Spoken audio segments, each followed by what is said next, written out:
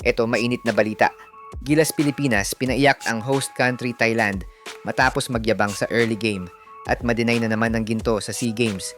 Hindi nakapalag ang apat na half foreign nila, kabilang si Jack Rawan matapos nilang ma-intro boys kanina. Tara panoorin natin sabay-sabay ang highlights ng game. Pero bago yan, like and subscribe lang mga kabady para sa latest basketball news and highlights.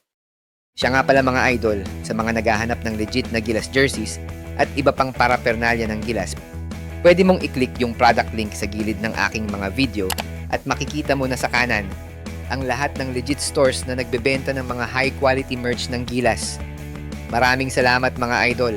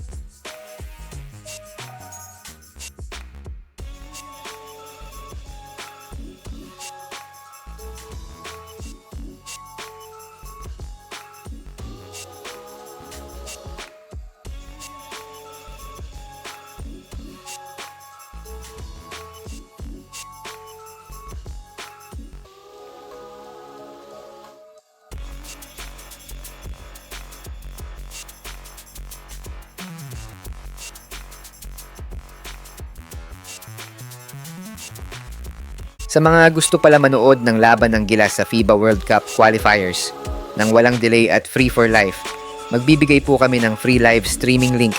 All you have to do is i-like lang po ang aming Facebook at YouTube channel para mabigyan po kayo ng unlimited access sa mga sports games sa buong mundo.